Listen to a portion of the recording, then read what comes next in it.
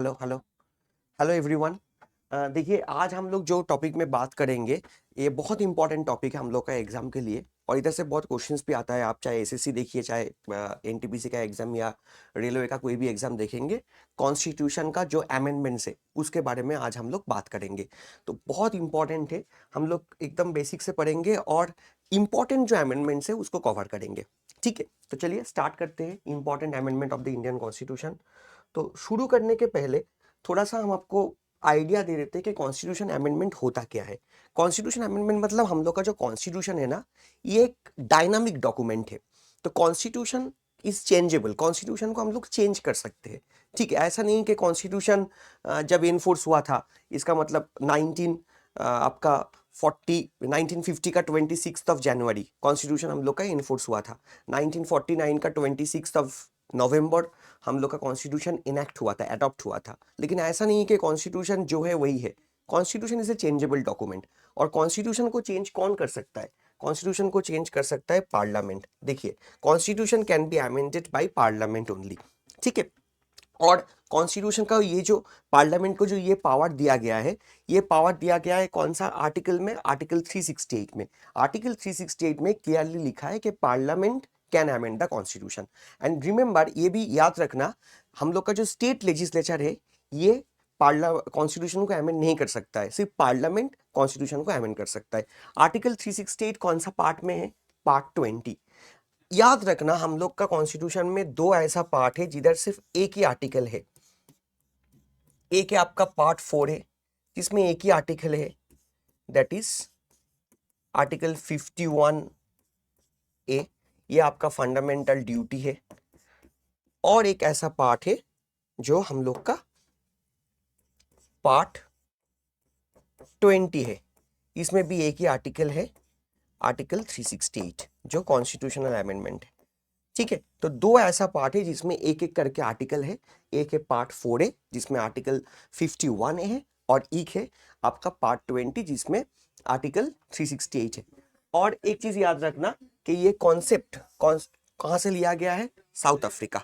South Africa से ये constitution का अमेंडमेंट का जो कॉन्सेप्ट ये लिया गया है। हाँ, लेकिन एक चीज याद रखना, ये भी बहुत इंपॉर्टेंट है।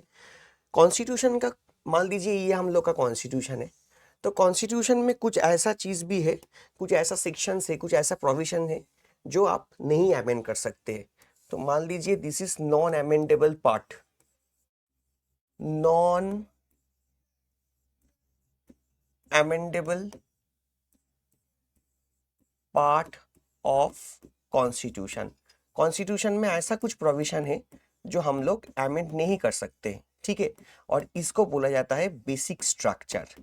इसको बोला जाता है हम लोग का संविधान का बेसिक स्ट्रक्चर, जो हम लोग अमेंड नहीं कर सकते। पार्लियामेंट का जो अमेंडमेंट का जुरिस्डिक्शन है, पार्लियामेंट का अमेंडमेंट का जो कैपेबिलिटी है, उसमें ये नहीं आता है। Parliament can not touch this section.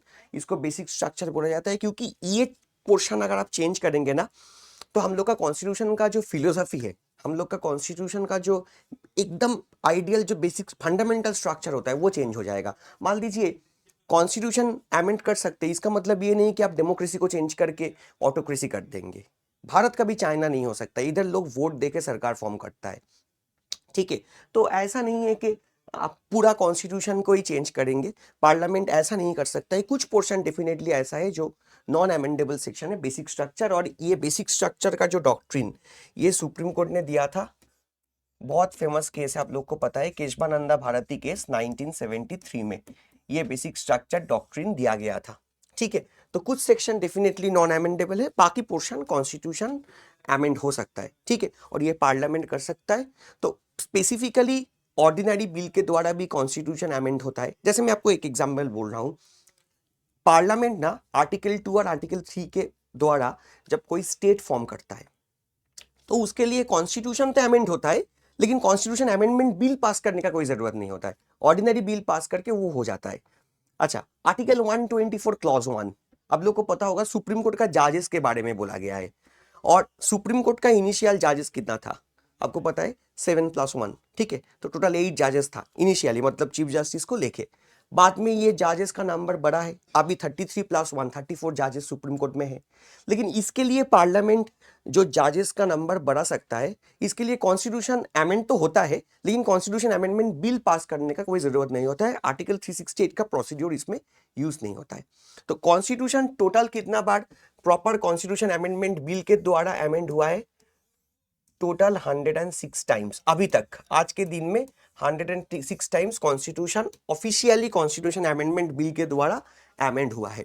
ठीक है, तो इंपॉर्टेंट अमेंडमेंट्स हम लोग पढ़ेंगे, बेसिक्स आप लोग के साथ मैंने डिस्कस कर लिया। चलिए स्टार्ट करते हैं इंपॉर्टेंट अमेंडमेंट। पहले देखिए first constitutional amendment act. Constitution हम लोग का एनफोर्स हुआ, आप लोग को पता है, मैंने ऑलरेडी आज बोल रहा था, 26 ऑफ जनवरी 1950। और कॉन्स्टिट्यूशन सबसे पहली बार अमेंड हुआ 1951 में, नेक्स्ट ईयर। क्या हुआ, पहला चेंज देख लेते। empowered the state to make special provision for the advancement of socially and economically backward classes। जो लोग सोशली एंड इकोनॉमिकली पीछे है, ठीक है, मतलब सोशल जस्टिस देना है, इकोनॉमिक जस्टिस देना है। हम लोग का 3 टाइप का जस्टिस होता है, प्रीएम्बल में हम लोग देखा है, सोशल, इकोनॉमिक एंड पॉलिटिकल। तो जो लोग सोशली एंड इकोनॉमिकली पीछे है, बैकवर्ड क्लास है, उन लोग को थोड़ा सा आगे बढ़ाना है। और ये आर्टिकल 15 क्लॉज 4 ऐड किया गया है पार्ट 3 मतलब फंडामेंटल राइट्स में। तो ऐसा नहीं है कि हम लोग का SC ST के लिए जो ये सब प्रोविजन है ये पहले नहीं था, पहले भी था, लेकिन ये DPSP में था आर्टिकल 46 में, आर्टिकल 46 में। लेकिन इसको अगर हम इंप्लीमेंट करेंगे तो इसके साथ डायरेक्ट क्लैश हो जाएगा। देखिए, अगर हम लोग आर्टिकल 46 को इंप्लीमेंट करेंगे, मतलब जहां में बोला गया है कि SC ST के लिए हम लोग को काम करना है, तो इसके साथ डायरेक्ट क्लैश हो जाएगा आर्टिकल 15 क्लॉज 1। क्यों मैं आपको बोल रहा हूं, क्योंकि आर्टिकल 46 DPSP इधर बोला जा रहा है कि रिजर्वेशन देना है, लेकिन रिजर्वेशन अगर आप देंगे तो आर्टिकल 15 क्लॉज में बोल रहा है state can not discriminate on the basis of religion, race, caste, sex and place of birth. ये पैरामीटर में आप डिस्क्रिमिनेट नहीं कर सकते, लेकिन आप अगर रिजर्वेशन देंगे तो डेफिनेटली डिस्क्रिमिनेशन तो होगा। ठीक है, कास्ट बेस्ड डिस्क्रिमिनेशन तो होगा रिजर्वेशन में। हाँ, अच्छा, ये पॉजिटिव डिस्क्रिमिनेशन है। ठीक है, जो लोग पीछे उसको आप आगे बढ़ाए तो डिस्क्रिमिनेशन है, लेकिन ये पॉजिटिव डिस्क्रिमिनेशन है, लेकिन डिस्क्रिमिनेशन है। और चंपाकम दोराईराजन केस सुप्रीम कोर्ट का एक बहुत फेमस केस है, चंपाकम दोराईराजन केस। तो ये केस में बोला गया अगर DPSP के साथ फंडामेंटल राइट्स का कोई ऐसा क्लैश होता है, DPSP को इंप्लीमेंट कर रहा है स्टेट, लेकिन इसके लिए कोई फंडामेंटल राइट्स किसी का वायलेट हो रहा है, तो on that case fundamental right will be superior, fundamental right will be superior compare to DPSP। Fundamental rights को ज्यादा इंपॉर्टेंस मिलेगा। तो नेचुरली आर्टिकल 46 को अगर हम इंप्लीमेंट करेंगे तो आर्टिकल 15 क्लॉज 1 के साथ वायलेट होगा, क्योंकि आर्टिकल 46 में बोल रहा है कि SC ST के लिए रिजर्वेशन दीजिए, you have to give reservation for the SC ST।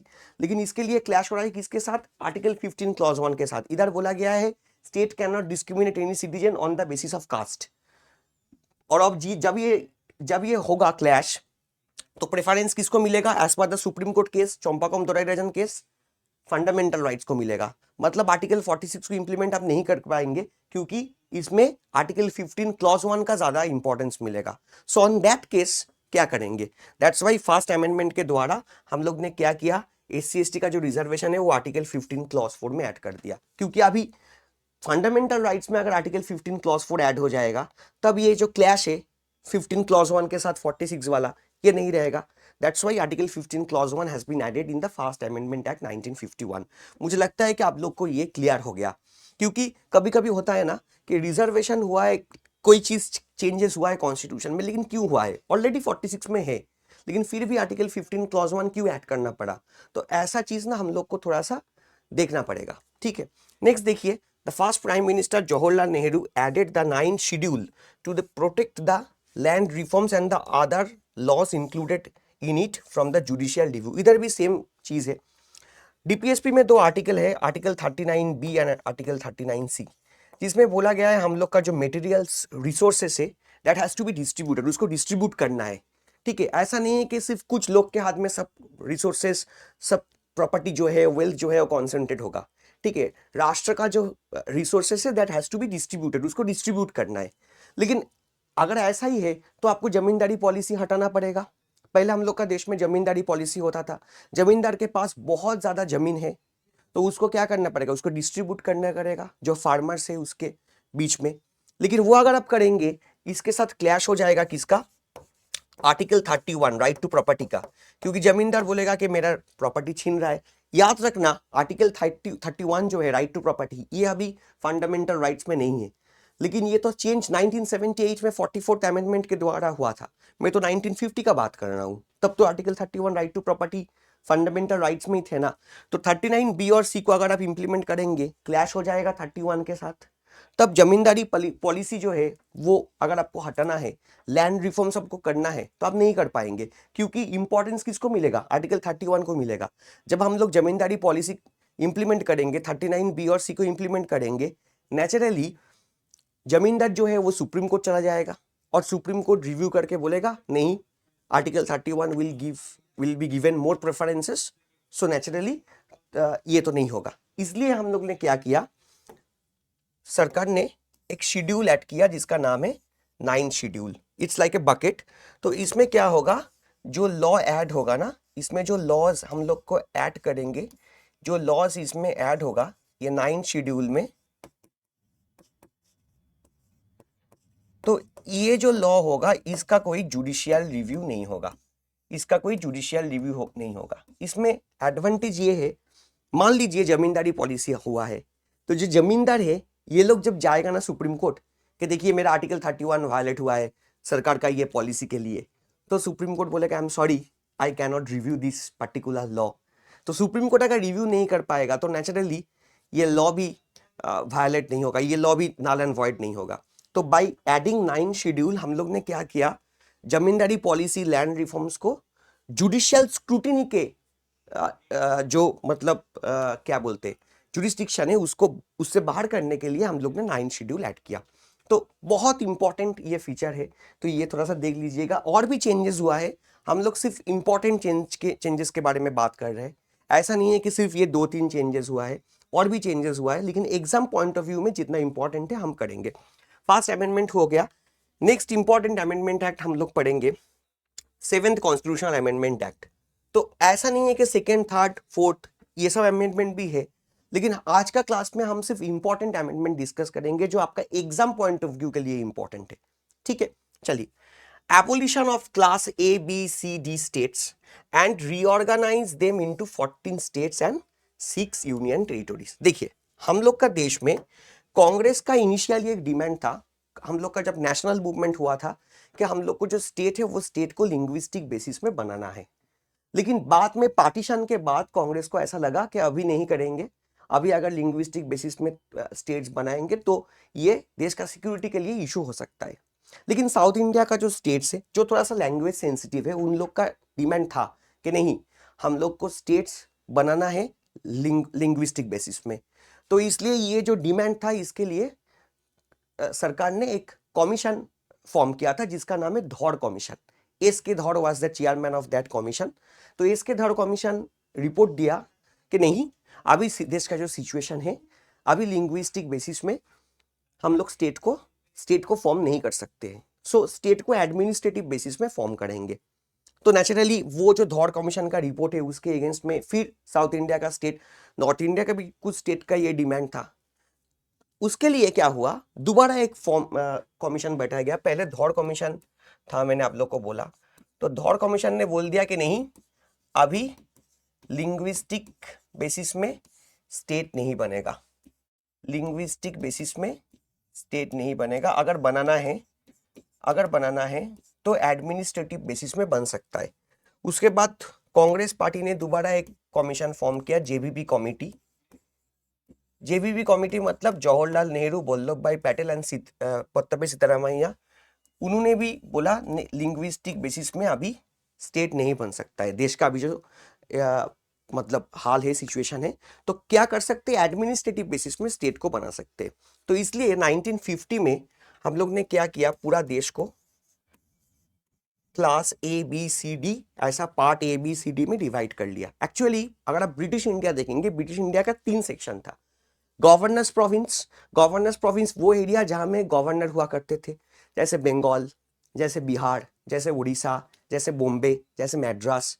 और कुछ एरिया था प्रिंसली स्टेट्स, जहां में राज प्रमुख हुआ करते थे, जैसे हैदराबाद, जैसे कश्मीर, सौराष्ट्र, जूनागढ़।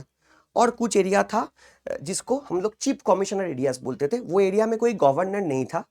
वाइस रॉय क्या करते थे, वाइस रॉय वो एरिया को कंट्रोल करता था। लेकिन वाइस रॉय डायरेक्टली तो कंट्रोल नहीं कर पाएंगे, तो वाइस रॉय उधर एक चीफ कमिश्नर बोल के ऑफिसर को बैठा देता था। वो chief commissioner on behalf of viceroy काम करता था। तो वैसे 3 जो है, that is chief commissioner areas, then princely states and governors province, इसको चेंज करके हम लोग ने part A B C D में डाल दिया। ए में गवर्नर्स प्रोविंस रहेंगे, बी में रहेंगे प्रिंसली स्टेट्स, सी में रहेंगे हम लोग का जो चीफ कमिश्नर एरियाज एंड कुछ प्रिंसली स्टेट्स, और डी में रहेंगे अंडमान एंड निकोबार। तो ये एडमिनिस्ट्रेटिव डिवीजन हुआ था 1950 में। 7th अमेंडमेंट में क्या हुआ, ये एडमिनिस्ट्रेटिव डिवीजन को चेंज करके हम लोग ने 14 स्टेट्स और 6 यूनियन टेरिटोरीज फॉर्म किया। अच्छा रिमेंबर, इसके लिए जो कमीशन का रिकमेंडेशन था कि लिंग्विस्टिक प्रोविजन, हम लिंग्विस्टिक बेसिस में हम लोग स्टेट को फॉर्म कर सकते हैं, वो कमीशन का नाम है फजल अली कमीशन। तो फजल अली एंड एशियन कुंजरू 2 मेंबर है। उन्होंने पहली बार बोला कि नहीं, अभी हम लोग लिंग्विस्टिक्स बेसिस में स्टेट बना सकते हैं, स्टेट फॉर्म कर सकते हैं। तो इसको रिप्लेस करके ये हुआ। और एक चीज याद रखना, सबसे पहले इंडिपेंडेंस के बाद जो स्टेट बना था हम लोग को देश में on the basis of language, that was Andhra in 1953। इसके बाद ही ये डिमांड बढ़ते गया कि हम लोग को भी आंध्र अगर लिंग्विस्टिक बेसिस में स्टेट बन सकते हैं तो बाकी स्टेट क्यों नहीं बन सकता है। तो फजल अली कमीशन आया, और फजल अली कमीशन का रिकमेंडेशन में 7th amendment act, state reorganization act 1956 में पास हुआ, और class A B C D, part A B C D को रिप्लेस करके 14 स्टेट और 6 यूनियन टेरिटोरीज इनिशियली बना है। अभी तो आपको पता है 28 स्टेट्स है, 8 यूनियन टेरिटोरी है। एनीवे, नेक्स्ट चेंज देखिए, the provision of having a common high court for 2 और मोर स्टेट्स वाज इंट्रोड्यूस्ड। आपको पता है हम लोग का टोटल स्टेट्स कितना है, हम लोग का टोटल स्टेट्स है 28। हम लोग का यूनियन टेरिटोरी कितना है अभी देश में, 8। तो टोटल पॉलिटिकल यूनिट कितना होगा, 28 + 8 36। लेकिन हम लोग का देश में अभी हाई कोर्ट कितना है, हम लोग का देश में हाई कोर्ट अगर देखेंगे, हम लोग का देश में अभी टोटल हाई कोर्ट है 25। तो जाहिर सी बात है, कुछ हाई कोर्ट ऐसा है जिसका जुरिस्डिक्शन में सिर्फ एक स्टेट नहीं, बहुत सारा स्टेट या यूनियन टेरिटोरी पड़ सकता है। जैसे अगर हम बोलेंगे Bombay high court, Bombay high court के जुरिस्डिक्शन में सिर्फ महाराष्ट्र नहीं आता है, गोवा भी आता है, दादरा नगर हवेली, दमन एंड दीव भी आता है। कैलकाटा हाई कोर्ट, हम लोग का देश का पहला हाई कोर्ट, जो फॉर्म एस्टेब्लिश्ड हुआ था 1 जुलाई 1862 on the basis of high court act 1861। ये कैलकाटा हाई कोर्ट जो है ना, ये कैलकाटा हाई कोर्ट का जुरिस्डिक्शन में अंडमान निकोबार भी आता है। तो एक हाई कोर्ट का जुरिस्डिक्शन में 1 और मोर स्टेट्स आ सकता है। ये जो चेंजेस है ये 7th अमेंडमेंट एक्ट के द्वारा हुआ था। अच्छा, और एक चेंजेस आप लोग नोट कर लीजिए, ये जो पार्ट बी स्टेट है ना, पार्ट बी में जो था, मैंने आपको बोला था प्रिंसली स्टेट्स, पार्ट बी में था प्रिंसली स्टेट्स, और प्रिंसली स्टेट्स ये कॉन्स्टिट्यूशन का कौन सा पार्ट में था, पार्ट 7। ये हम लोग ने रिपील कर दिया, इसको हम लोग ने रिपील कर दिया, repealed bye 7th amendment act. ये भी याद रखना, क्योंकि अभी प्रिंसली स्टेट हम लोग का देश में नहीं है। ठीक है, प्रिंसली स्टेट्स जो है वो डिफरेंट स्टेट के साथ या यूनियन टेरिटोरी के साथ मार्च हो गया, जैसे सौराष्ट्र मार्च हो गया गुजरात के साथ, जूनागढ़ मार्च हो गया गुजरात के साथ। ठीक है, Hyderabad obviously is a part of Telangana right now. तो ऐसा हुआ है। ठीक है, 7th अमेंडमेंट एक्ट हो गया। चलिए नेक्स्ट अमेंडमेंट, इंपॉर्टेंट अमेंडमेंट देखते हैं, 9th अमेंडमेंट एक्ट। 9th में क्या हुआ, facilitated the cession of Indian territory of Berubari Union, which is a part of West Bengal on that time, to Pakistan as the province as provided in the Indo-Pak Agreement 1958। ये agreement को हम लोग नेहरू नून agreement बोलते हैं। इसको हम लोग बोलते हैं नेहरू नून एग्रीमेंट। अच्छा, बेरुबारी क्या है? Berubari is basically a place which is located in Jalpaiguri district, West Bengal. तो हम लोग का जब रेडिक क्लिफ लाइन बना था, मतलब इंडिया पाकिस्तान का जो पार्टीशन लाइन बना था, उसमें ये जो बेरुबारी एरिया है ना, वो बाय मिस्टेक जो भी आप बोलेंगे ये इंडिया में आ गया था। तो इसको शिफ्ट करना है ईस्ट पाकिस्तान में। Remember on that time that country was not Bangladesh, क्योंकि बांग्लादेश तो फॉर्म हुआ है 1971 में, मैं 1960 का बात कर रहा हूँ। तब सुप्रीम कोर्ट ने जाके बोला बेरुबारी यूनियन केस में कि ठीक है, हम एक एरिया को, एक पर्टिकुलर टेरिटोरी को शिफ्ट कर सकते हैं, लेकिन उसके लिए कॉन्स्टिट्यूशन को अमेंड करना पड़ेगा। ये पार्लियामेंट ऑर्डिनरी बिल पास के नहीं कर सकते। तो सुप्रीम कोर्ट का जो रिकमेंडेशन है, सुप्रीम कोर्ट का रिकमेंडेशन कौन सा केस में? इंपॉर्टेंट केस आप लोग नोट डाउन कर लीजिए, Berubari union case. Berubari union case 1960, जिसमें सुप्रीम कोर्ट ने रिकमेंड किया हम लोग बेरुबारी को ट्रांसफर करना है, कोई भी एरिया को ट्रांसफर करना है, सिर्फ बेरुबारी क्यों, कोई भी एरिया को ट्रांसफर करना है तो आपको कॉन्स्टिट्यूशन अमेंड करना पड़ेगा। बाद में आप देखेंगे जब हम लोग छिटमुहल्स को ये ट्रांसफर किए थे ना, तब हम लोग ये भी किए थे 100 कॉन्स्टिट्यूशनल अमेंडमेंट एक्ट 2015 में, नरेंद्र मोदी का सरकार आके ये किया था। तो इंपॉर्टेंट है, ये बेरुबारी को जब ट्रांसफर किया गया था तब हम लोग ने 9th कॉन्स्टिट्यूशनल अमेंडमेंट एक्ट पास किया, जो 1960 में है। इंपॉर्टेंट अमेंडमेंट एक्ट आप लोग का एग्जाम का पॉइंट ऑफ व्यू में। ठीक है, चलिए नेक्स्ट देखते हैं 10th अमेंडमेंट एक्ट, जिसमें हम लोग ने क्या किया, दादरा नगर हवेली जो भारत का यूनियन टेरिटोरी पार्ट बना, ये एक पोर्तुगीज टेरिटोरी था। वैसे 3 अमेंडमेंट आप देखेंगे, दादरा नगर हवेली ये 10th amendment, 12th amendment Goa Daman and Diu, ठीक है, ये भी नोट्स में है, वो भी देख लीजिए। Goa Daman and Diu was also a part of Portuguese territory, ये इंडिया का पार्ट बना by 12th amendment act. And 14th amendment act Puducherry, जो उसका नाम पोंडिचेरी था तब, Pondicherry was a part of French territory, जो इंडिया का पार्ट बना। तो ऐसा 3 अमेंडमेंट आप लोग देखेंगे। तो 10th अमेंडमेंट के द्वारा Dadra Nagar Haveli became a part of India. बाद में तो आपको पता है 26 जनवरी 2020 Dadra Nagar Haveli and Daman and Diu मार्च होकर एक सिंगल यूनियन टेरिटोरी बन गया। ठीक है, चलिए 11th amendment act 1961, this is a very important amendment, जो लेके चर्चा ज्यादा नहीं होता है लेकिन एग्जाम में आया है और आना चाहिए भी, क्योंकि इसका इंपॉर्टेंस बहुत ज्यादा है। देख लेते हैं, 2 इंपॉर्टेंट पॉइंट है। Election of vice president bye electoral college consisting of members of both houses of the parliament instead of election by a joint sitting of parliament। पहले, अच्छा, वाइस प्रेसिडेंट जो है हम लोग का देश में, इसका इलेक्शन कौन सा आर्टिकल में बोला गया है? इंपॉर्टेंट आर्टिकल है, नोट डाउन कर लीजिए, आर्टिकल 66। प्रेसिडेंट का इलेक्शन, वाइस प्रेसिडेंट का इलेक्शन एग्जाम में आता है। प्रेसिडेंट का इलेक्शन आर्टिकल 54, वाइस प्रेसिडेंट का इलेक्शन आर्टिकल 66। तो वाइस प्रेसिडेंट का इलेक्शन पहले क्या होता था, एक ज्वाइंट सेशन करके होता था। ज्वाइंट सेशन आपको पता है आर्टिकल 108 में बोला गया है, कोई बिल अगर एक हाउस में स्टक हो जाएगा तो प्रेसिडेंट ज्वाइंट सेशन समन करता है, जिसको प्रिसाइड करता है जनरली लोकसभा का स्पीकर। लोकसभा का स्पीकर अगर नहीं रहेगा तो लोकसभा का deputy speaker also can preside the joint session. वो भी अगर नहीं रहेंगे तो राज्यसभा का डिप्यूटी चेयरमैन ज्वाइंट सेशन को प्रिसाइड कर सकता है। जो भी है, ज्वाइंट सेशन के द्वारा पहले वाइस प्रेसिडेंट हम लोग का देश में इलेक्ट हुआ करता था पहले, लेकिन उसको चेंज करके हम लोग ने क्या किया, इलेक्टोरल कॉलेज कर दिया। रिमेंबर, वाइस प्रेसिडेंट का जो इलेक्टोरल कॉलेज है उसमें लोकसभा का सब मेंबर, ऑल मेंबर्स, और राज्यसभा का भी ऑल मेंबर्स पार्टिसिपेट करता है। ऑल मेंबर्स का मतलब मैं बोल रहा हूं both elected as well as nominated member they can participate. ठीक है, बहुत इंपॉर्टेंट है, क्योंकि प्रेसिडेंट का जो इलेक्शन है इसमें राज्यसभा का सिर्फ 233 मेंबर्स पार्टिसिपेट करता है, 12 नॉमिनेटेड मेंबर्स पार्टिसिपेट नहीं करता है। क्यों नहीं करता है वो हम कोई और क्लास में जब आपको प्रेसिडेंट एक्सप्लेन करेंगे डिटेल में बोल देंगे। ठीक है, तो ये इंपॉर्टेंट है। चलिए और एक पॉइंट देख लेते हैं, provided that the election of president और vice president cannot be challenged on the ground of any vacancy in the appropriate electoral college. ये जो हम इलेक्टोरल कॉलेज का बात कर रहे हैं ना, अच्छा आप मान लीजिए प्रेसिडेंट का इलेक्शन हो रहा है, लेकिन प्रेसिडेंट का इलेक्शन का कुछ दिन पहले कोई एमएलए का डेथ हो गया, हो ही सकता है, कोई एमपी का डेथ हो गया, तो इलेक्टोरल कॉलेज तो एप्रोप्रिएट नहीं होगा ना। लेकिन उसके लिए आप प्रेसिडेंट का इलेक्शन को चैलेंज नहीं कर सकते। आप नहीं बोल सकते कि 2 एमएलए नहीं वोट दिया है उसका डेथ के लिए, मान लीजिए कोई एमएलए रेजिग्नेशन दे दिया, कोई भी कारण के लिए कोई वैकेंसी हो गया, तो इसके लिए ये प्रेसिडेंट का जो इलेक्शन है this is a invalid election, this is basically illegal election. उसका लीगलिटी को आप चैलेंज नहीं कर सकते, क्योंकि ये होगा। हम लोग का देश में 28 स्टेट्स है, इतना सारा एमएलएज है, एमपीज है, राज्यसभा का एमपी है, लोकसभा का एमपी है, तो कोई ना कोई वैकेंसी तो हो ही जाता है। लेकिन उसके लिए प्रेसिडेंट का इलेक्शन को आप चैलेंज नहीं कर सकते। मान लीजिए अभी मणिपुर में तो विधानसभा काम ही नहीं कर रहा है, क्योंकि मणिपुर में आपको पता है प्रेसिडेंट रूल जारी है। तो अभी प्रेसिडेंट का अगर इलेक्शन होता है तो नहीं बोल सकते आपके प्रेसिडेंट का इलेक्शन नहीं होगा, प्रेसिडेंट का इलेक्शन इज इलीगल। तो ये बोला गया है 11th कॉन्स्टिट्यूशन अमेंडमेंट एक्ट में, बहुत इंपॉर्टेंट प्रोविजन है। ठीक है, चलिए नेक्स्ट देखते हैं।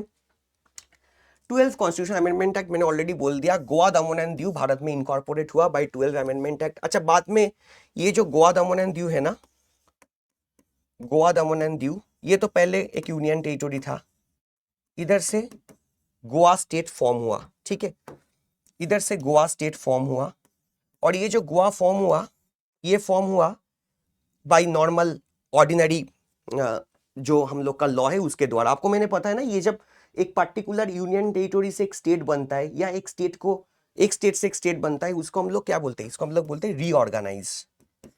तो रीऑर्गेनाइज जो होता है, ये रीऑर्गेनाइज जो होता है, इसके बारे में संविधान में आर्टिकल 3 में पार्लियामेंट को पावर दिया गया है कि पार्लियामेंट एक ऑर्डिनरी लॉ पास करके ये रीऑर्गेनाइज कर सकता है। और ये रीऑर्गेनाइज जब होगा तो ऑर्डिनरी लॉ पास होगा। इसके लिए गोवा दमन एंड दीव एक्ट 1987 ये पास हुआ। इसका मतलब क्या है? इसका मतलब ऐसा नहीं कि संविधान अमेंड नहीं हुआ है, अमेंड हुआ है। क्योंकि देखिए, गोवा दमन एंड दीव से अगर गोवा होगा तो नेशनली शेड्यूल 1 में तो चेंजेस होगा, क्योंकि शेड्यूल 1 में यूनियन टेरिटोरी और स्टेट का जो नाम है वो सब रहता है, तो उधर तो चेंज हुआ है ना। अच्छा, एक नया स्टेट बनेगा तो राज्यसभा का जो सीट्स है उसमें भी चेंजेस होगा। जैसे पहले मैं अगर आपको बोलूं, आंध्र प्रदेश में पहले राज्यसभा का टोटल सीट हुआ करता था 18, लेकिन तेलंगाना जब फॉर्म हुआ, अच्छा तेलंगाना कब फॉर्म हुआ वो भी याद रख लीजिए, 2 जून 2014।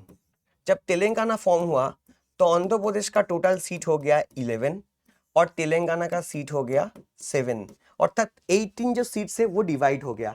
तो जब ये चेंजेस होगा, ये चेंजेस कहाँ हुआ? आपको पता है राज्यसभा का हम लोग का जो सीट है वो शेड्यूल 4 में रहता है, तो शेड्यूल 4 में चेंजेस हुआ। नया एक तेलंगाना बोल के स्टेट शेड्यूल 1 में ऐड हुआ, तो चेंज होता है। ऐसा नहीं है कि जब स्टेट बनता है आर्टिकल 3 यूज होता है, पार्लियामेंट जब आर्टिकल 3 के द्वारा कोई ऑर्डिनरी लॉ पास करा के कोई स्टेट यूनियन टेरिटोरी फॉर्म करता है तो कॉन्स्टिट्यूशन में चेंजेस होता है, लेकिन उसके लिए कोई कॉन्स्टिट्यूशन अमेंडमेंट बिल पास करने का जरूरत नहीं है। इसलिए देखिए, कॉन्स्टिट्यूशन हम लोग का parliament Goa Daman and Diu reorganisation act जो है, Goa Daman and Diu reorganisation act जो है, इसके द्वारा गोवा को फॉर्म किया 1987 में। ठीक है, और गोवा दमन एंड दीव हम लोग का देश में इनकॉर्पोरेट हुआ बाय 12th अमेंडमेंट एक्ट। तो बहुत इंपॉर्टेंट ये सब अमेंडमेंट है, ये पढ़ लीजिएगा। और बाकी जो इंफॉर्मेशन मैं शेयर कर रहा हूं ना, वो भी थोड़ा सा आप पढ़ लीजिएगा, क्योंकि वो बहुत इंपॉर्टेंट है आप लोग का एग्जाम पॉइंट ऑफ व्यू के लिए। 13th अमेंडमेंट एक्ट में क्या किया? Give the status of a state to Nagaland and made some special provision for it. तो 13th amendment act was related to Nagaland, ये भी देख लीजिएगा, उतना ज्यादा एक्सप्लेनेशन का इसमें कोई जरूरत नहीं है। देखिए 14th अमेंडमेंट एक्ट मैंने ऑलरेडी बोल दिया आप लोग को, पुडुचेरी जो है, पोंडिचेरी, वो इनकॉर्पोरेट हुआ था भारत में। तो 3 incorporation, 10th Dadra Nagar Haveli, 12th Goa Daman and Diu and 14th आपका पोंडिचेरी। ठीक है, चलिए 15th amendment act. 15th amendment act में जो जो चेंजेस हुआ है all are related to high court, लेकिन आपको इतना चेंजेस नहीं पढ़ना है। मैं हमेशा बोल रहा हूं ना, डिटेल में आप पढ़िए, आपका बेसिक्स क्लियर कीजिए, लेकिन इसका मतलब ये नहीं कि आप इरेलीवेंट इंफॉर्मेशन पढ़ेंगे। वो इंफॉर्मेशन आपको पढ़ना है जो आपका एग्जाम में काम में आएगा। ठीक है, क्योंकि 4-5 क्वेश्चन को आपका आंसर देना है, उसके लिए आप थोड़ा मोटा मोटा बुक पढ़ के कोई फायदा नहीं है, बट आपका बेसिक्स क्लियर होना चाहिए। तो इसमें आप देखिए, सिर्फ एक ही चेंजेस आप पढ़ेंगे 15th अमेंडमेंट एक्ट 1963, जिसमें हाई कोर्ट का जो रिटायरमेंट एज है वो बढ़ के 60 से 62 हो गया। तो पहले 60 ईयर्स रिटायरमेंट एज था, वो बढ़ के हो गया 62। ठीक है, हाई कोर्ट का जो रिटायरमेंट एज है वो 62 है, हाई कोर्ट का जजेस का। सुप्रीम कोर्ट का जो जजेस है उसका रिटायरमेंट एज है 65। ठीक है, 2 इंपॉर्टेंट प्रोविजन याद रखना। नेक्स्ट आ जाइए 21st amendment act. 21st amendment act में क्या हुआ? सिंधी को हम लोग ने इंक्लूड किया scheduled language 8 schedule of the Indian constitution. अच्छा, 8 शेड्यूल में हम लोग का वो लैंग्वेजेस है जो कॉन्स्टिट्यूशनली रिकॉग्नाइज्ड है, और ऐसा लैंग्वेज कितना है? 22। ठीक है, याद रखना इनिशियली ये 14 था, बाद में 8 लैंग्वेज इसमें ऐड हुआ, और टोटल कितना हुआ? अभी टोटल है 22। तो 3 अमेंडमेंट एक्ट आप याद रखेंगे। 21st कॉन्स्टिट्यूशनल अमेंडमेंट एक्ट, इसमें सिंधी ऐड हुआ जो हम लोग पढ़ रहे हैं। बाद में हम लोग और 2 देख लेंगे। 71st कॉन्स्टिट्यूशन अमेंडमेंट एक्ट, जिसमें ऐड हुआ है नेपाली, मणिपुरी एंड कोंकणी, कोंकणी लैंग्वेज जो गोवा में बोला जाता है। और उसके बाद 92nd कॉन्स्टिट्यूशनल अमेंडमेंट एक्ट, जिसमें 4 लैंग्वेज ऐड हुआ है। बोडो जो आसाम में बोला जाता है, डोगरी जो कश्मीर में बोला जाता है, मैथिली जो मिथिला रीजन में बोला जाता है, बिहार में स्पेसिफिकली, और सांथाली। सांथाली तो छत्तीसगढ़ में भी है, सांथाल वेस्ट बंगाल में भी है, और ऑब्वियसली झारखंड में भी है। तो टोटल 1 2 3 4 5 6 7 8 लैंग्वेजेस बाद में ऐड हुआ है। इनिशियली था 14, बाद में हुआ 22। और ये जो 21st अमेंडमेंट के द्वारा सिंधी लैंग्वेज सबसे पहली बार हम लोग का कॉन्स्टिट्यूशन का 8 शेड्यूल में ऐड हुआ है। तो 3 अमेंडमेंट रिलेटेड टू लैंग्वेज पढ़ लीजिएगा, बाद में बाकी आएगा, हम देख लीजिए। 24th अमेंडमेंट एक्ट बहुत इंपॉर्टेंट अमेंडमेंट एक्ट है। देखिए फर्स्ट पॉइंट ने क्या बोला है, it was made compulsory for the president to give consent to the constitution amendment bill. अच्छा देखिए, बिल क्या होता है? बिल होता है एक प्रोपोजल। बिल क्या होता है? बिल होता है एक proposal. Proposal of what? Proposal of legislation, proposal of law. कैसा प्रोपोजल? कैसा प्रोपोजल? लिखित प्रोपोजल, ड्राफ्ट प्रोपोजल। ठीक है, तो बिल क्या होता है आपको पता होगा। बिल मान लीजिए कोई भी हाउस में इंट्रोड्यूस, ऑर्डिनरी बिल कोई भी हाउस में इंट्रोड्यूस हो सकता है, तो हम इसको फर्स्ट हाउस सेकंड हाउस करके लिखेंगे। तो दोनों हाउस में जब डिबेट होता है, डिस्कशन होता है, ठीक है, कुछ अमेंडमेंट्स अगर नेसेसरी होता है तो ये होता है, ठीक है, डिस्कशन होता है। कोई भी बिल अगर पार्लियामेंट में इंट्रोड्यूस होगा, डिस्कशन होता है, उसके बाद डिबेट होता है, डिबेट के बाद थर्ड रीडिंग में जाके इसको वोटिंग में हम लोग डालते हैं। ये स्टेज पे भी सेम चीज होता है। उसके बाद बिल चला जाता है प्रेसिडेंट के पास। अगर आपका स्टेट वाला कोई लॉ होगा तो डेफिनेटली गवर्नर के पास जाएगा, आपको पता है। तो प्रेसिडेंट के पास एज पर आर्टिकल 111 कुछ ऑप्शंस है, ठीक है। नंबर 1, प्रेसिडेंट इसमें जनरली जो कर सकता है, जो करता है, प्रेसिडेंट इसमें एसेंट कर देता है और बिल सिग्नेचर कर देता है और बिल लॉ में ट्रांसफर हो जाता है, बिल एक्ट में ट्रांसफर हो जाता है। लेकिन प्रेसिडेंट इसमें क्या कर सकता है? प्रेसिडेंट बिल को विथहोल्ड कर सकता है, प्रेसिडेंट बिल को रिजेक्ट कर सकता है, ठीक है। इसको हम लोग बोलते हैं absolute veto. Absolute veto. President bill को कुछ सजेशन देके पार्लियामेंट में रिटर्न कर सकता है। दोबारा जब पार्लियामेंट से ये बिल आएगा विद और without the suggested amendments of president, तो पार्लियामेंट को साइन करना ही पड़ेगा, सॉरी प्रेसिडेंट को साइन करना ही पड़ेगा, उसके पास कोई ऑप्शन नहीं है। तो इसको हम लोग बोलते हैं सस्पेंसिव वेटो। Suspensive veto. और एक होता है प्रेसिडेंट जब कोई एक्शन नहीं लेगा बिल के ऊपर, जैसा है वैसे ही रख देगा, इसको हम लोग बोलते हैं पॉकेट वेटो। तो जनरली आर्टिकल 111 के द्वारा प्रेसिडेंट 4 काम कर सकता है, सिग्नेचर कर सकता है, absolute veto, suspensive veto, pocket veto use कर सकता है। लेकिन याद रखना, कोई बिल, जो बिल कॉन्स्टिट्यूशन अमेंडमेंट बिल है, कॉन्स्टिट्यूशन अमेंडमेंट बिल के लिए 2 प्रोविजन आप लोग याद रखेंगे। कॉन्स्टिट्यूशन अमेंडमेंट बिल के लिए 2 प्रोविजन आप लोग याद रखेंगे। नंबर 1, इसमें प्रेसिडेंट का वेटो पावर काम नहीं होगा, प्रेसिडेंट को इसमें सिग्नेचर करना ही पड़ेगा, there is no other option. President ये बिल को आप रिजेक्ट नहीं कर सकता है, प्रेसिडेंट ये बिल को पार्लियामेंट में रिटर्न नहीं कर सकता है, प्रेसिडेंट ये बिल के ऊपर कोई एक्शन नहीं लेंगे, पॉकेट वेटो करके रख देंगे, ये भी नहीं होगा। President has to sign in the constitution amendment bill, जो 1971 में 24th अमेंडमेंट में के द्वारा ऐड हुआ है। सेकेंड, कॉन्स्टिट्यूशन अमेंडमेंट बिल के लिए कोई ज्वाइंट सेशन नहीं होता है। इसमें इसको क्या करना पड़ेगा, लोकसभा में और राज्यसभा में दोनों हाउस में सेपरेटली पास कराना पड़ेगा। सर अगर कोई हाउस में इसको अटक गया, स्टक हो गया, तो क्या होगा, बिल विल बी कैंसल्ड, क्योंकि हम लोग का कॉन्स्टिट्यूशन अमेंडमेंट बिल जो है उसमें दोनों हाउस को ही पास करना पड़ेगा, इसमें कोई ज्वाइंट सेशन नहीं होगा। याद रखना दो इंपॉर्टेंट पॉइंट आप लोग का एग्जाम पॉइंट ऑफ व्यू के लिए। तो 24th amendment act, president has to sign in the constitution amendment bill. Next provision देखिए क्या बोला है। अच्छा, affirm the power of parliament to amend any part of the constitution including fundamental right। बोला जा रहा है कि पार्लियामेंट के पास पावर दिया गया है कि पार्लियामेंट कॉन्स्टिट्यूशन का कोई भी पार्ट को अमेंड कर सकता है, फंडामेंटल राइट्स को भी कर सकता है। एक्चुअली इसके पीछे भी एक रीजन है। गोलोकनाथ केस बहुत बड़ा केस होगा, आप लोगों ने शायद सुना होगा, 1967 में। इसमें सुप्रीम कोर्ट बोला था कि हम लोग का जो कॉन्स्टिट्यूशन, हम लोग का जो फंडामेंटल राइट्स है, these are non amendable portion of the constitution, ये आप अमेंड नहीं कर सकते। तो इंदिरा गांधी का सरकार इसको चैलेंज करके 24th कॉन्स्टिट्यूशनल अमेंडमेंट एक्ट पास किया 1971 में, जिसमें पूरा सुप्रीम कोर्ट ने जो बोला था उसका उल्टा कर दिया गया लॉ में, और बोला गया कि parliament can amend any part of the constitution including fundamental rights. मतलब गोलोकनाथ केस में बोला गया था फंडामेंटल राइट्स को अमेंड नहीं कर सकते पार्लियामेंट, और 24th अमेंडमेंट एक्ट 1971 में उसको 4 साल बाद बोला गया कि fundamental rights can be amended by the parliament. बाद में इसका 2 साल बाद जब केशवानंदा भारती केस आया 1973 में, तब बोला गया ठीक है, कॉन्स्टिट्यूशन को अमेंड तो कर सकते हैं पार्लियामेंट, फंडामेंटल राइट्स को भी कर सकते हैं, लेकिन बेसिक स्ट्रक्चर में अगर कोई फंडामेंटल राइट्स रहेगा तो उसको अमेंड नहीं कर सकते।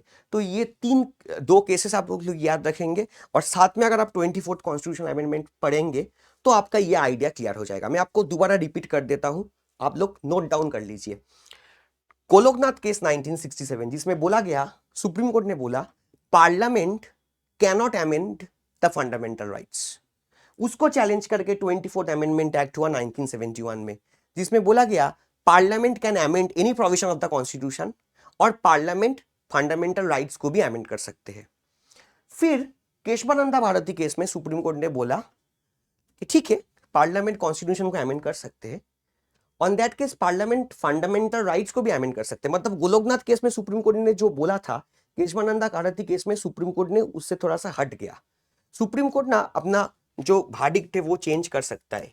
आर्टिकल 137 में सुप्रीम कोर्ट के पास पावर है, supreme court can change its verdict circumstances का बेसिस में। तो गोलोकनाथ केस में सुप्रीम कोर्ट ने क्या बोला था, fundamental rights can not be amended. Kesavananda Bharati case 1970 में सुप्रीम कोर्ट बोल रहा है fundamental rights can be amended, but ऐसा नहीं है कि हर फंडामेंटल राइट्स अमेंड हो जाएगा, ऐसा नहीं है। जो फंडामेंटल राइट्स हम लोग का देश का कॉन्स्टिट्यूशन का बेसिक स्ट्रक्चर का पार्ट है, वो फंडामेंटल राइट्स अमेंड नहीं होगा, बाकी फंडामेंटल राइट्स अमेंड हो सकता है। ठीक है, तो 24th अमेंडमेंट एक्ट बहुत इंपॉर्टेंट है आप लोग का एग्जाम के लिए।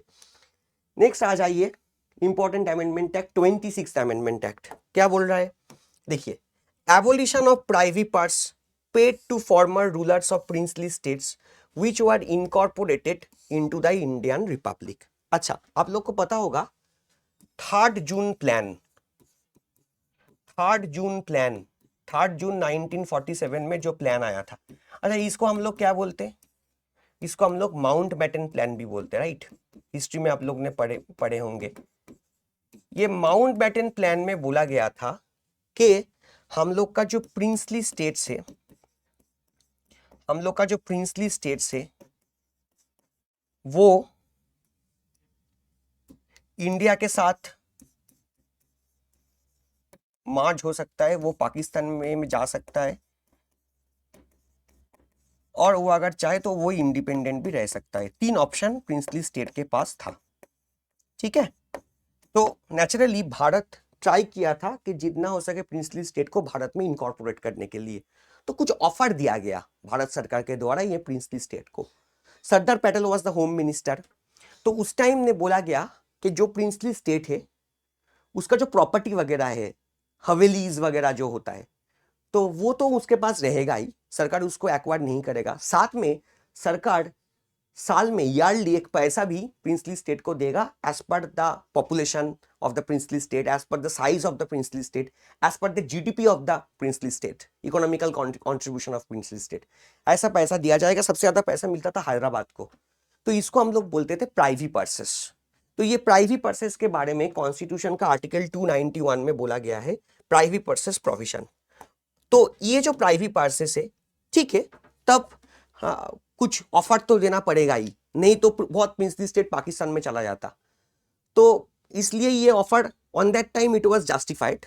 लेकिन बाद में ये डिसीजन लिया गया कि कितना दिन होगा। ऐसा तो नहीं हो सकता है ना एक देश में कुछ प्रिंसली स्टेट को, कुछ एरिया को ज्यादा पैसा मिलेगा, क्योंकि on that time Saurashtra was, बाद में सौराष्ट्र क्या हुआ, गुजरात का पार्ट हो गया, कोच बिहार वेस्ट बंगाल का पार्ट हो गया, ठीक है, जूनागढ़ गुजरात का पार्ट हो गया। तो ऐसा तो कुछ दिन के लिए हो सकता है, ऑफर जो होता है वो कुछ दिन के लिए होता है, लाइफ टाइम तो नहीं होता है ना। तो ये प्राइवी पर्सेस जो है इसको एबोलिश किया गया बाय 26th अमेंडमेंट एक्ट। और साथ में 291 आर्टिकल जिसमें प्राइवी पर्सेस का प्रोविजन के बारे में बोला गया था, और आर्टिकल 362 जिसमें rights and privileges of the rulers of the Indian states के बारे में बोला गया था, ये भी एबोलिश हो गया। ये दो आर्टिकल्स भी रिपील हो गया बाय 26th अमेंडमेंट एक्ट 1971।